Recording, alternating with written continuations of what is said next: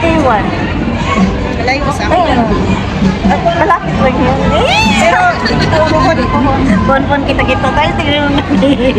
Ay, tag mo ako. Wala akong video eh. Di ba nung time na pupunta dapat? Nabudol ka, wala kang Di ba? Ganun yun. pabudol pa dahil.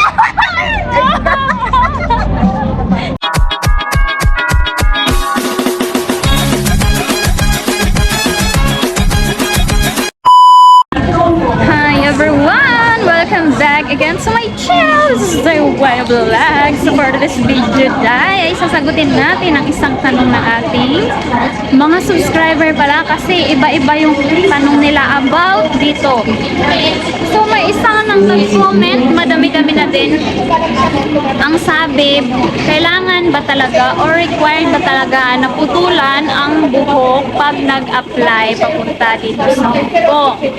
Then meron na namang nagtanong, sabi niya, bakit bawal ang may kulay na buhok? So ayan, sasagutin natin yan for today's video.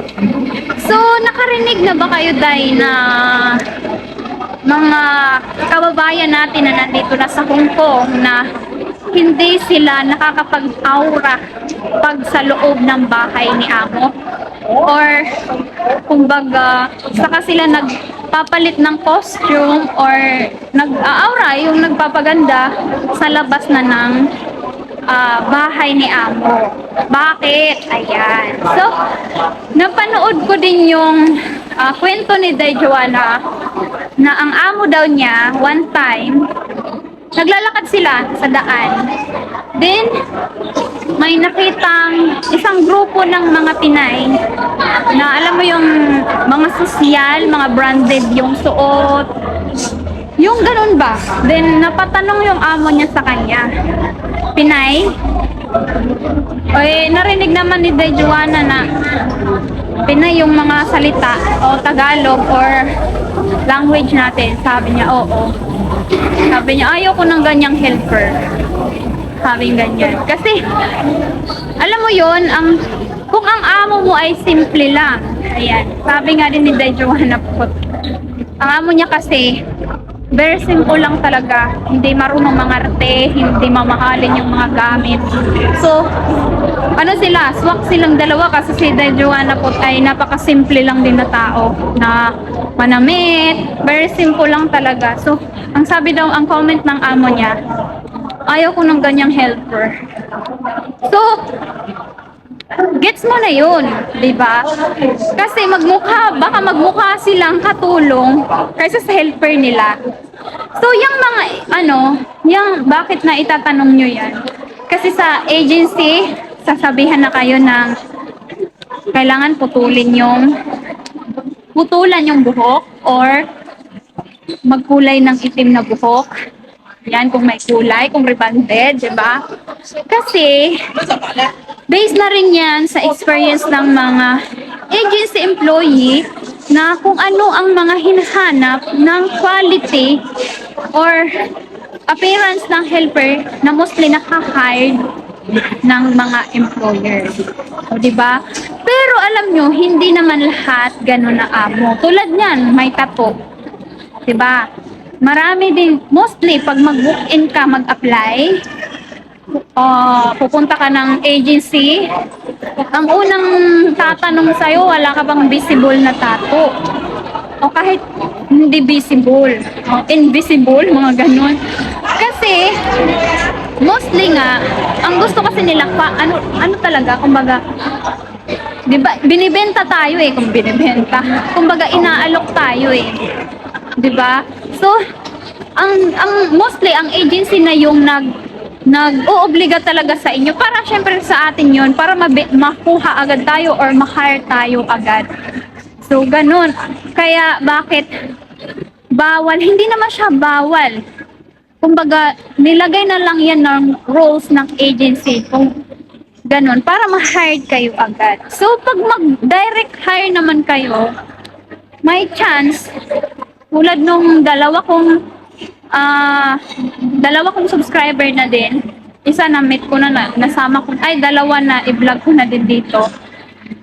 So, pag direct hire ka mag-apply, wala namang may amo, depende sa amo kung i-hire ka pa rin or hindi. Pero pag mag-walk-in ka, mostly ganun ang requirements nila. Kailangan hindi tayo mukhang yayamanin kaysa sa mga amo natin tulad ko. Ano ba yung mga bawal na nung pagdating ko, may mga pinirapan ako, may pinirmahan ako doon, mga do and don't sa bahay ni amo. So, ang unang-unang ayaw ni amo,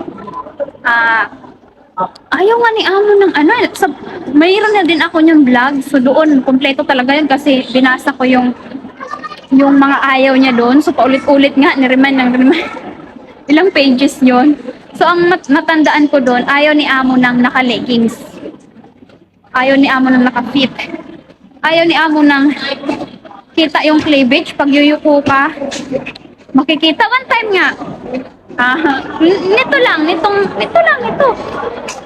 May damit ako na white, manipis yung tela niya. So, nakailang suot din naman na ako nun. Kasi nga yung alaga ko ngayon ay maliit. So, habol-habol na ako pag nagtakbo-takbo, di ba habol-habol, so nakayuko ako.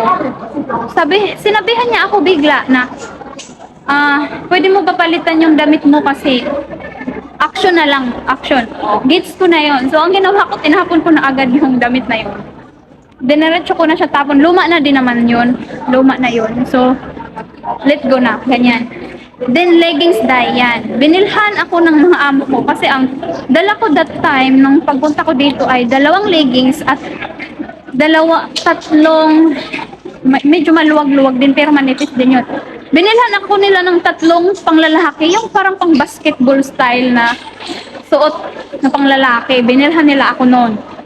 So, meaning, ayaw nila, pero nakasulat din talaga yun sa, do and don'ts niya sa rules, house rules niya. Then ito pa day, ang tattoo, ayan, di ba? Nag-drawing ako something na ibon ata yun sa binti ko. Nakita niya yun. Then sabi niya, ano yan? Kasi mukhang tattoo din talaga yung drawing ko. Ink lang yun, pentel pin ba? Ginaya ko lang yung sa mat ng alaga ko. Nakuha ko yung maganda din yung pag-drawing ko. So, kinausap niya ako na kami lang dalawa. Sabi niya, akala niya talaga tattoo yun. Sabi ko, hindi po. Sabi ko, hindi man. Ano lang yan, drawing ko yan. Ay, sabi niya, kung maglalaro ka ng ganyan during day off mo, wag sa working hours mo. O, ganon yung amo ko. So, lalo na selosa ang amo mo, iwas na rin.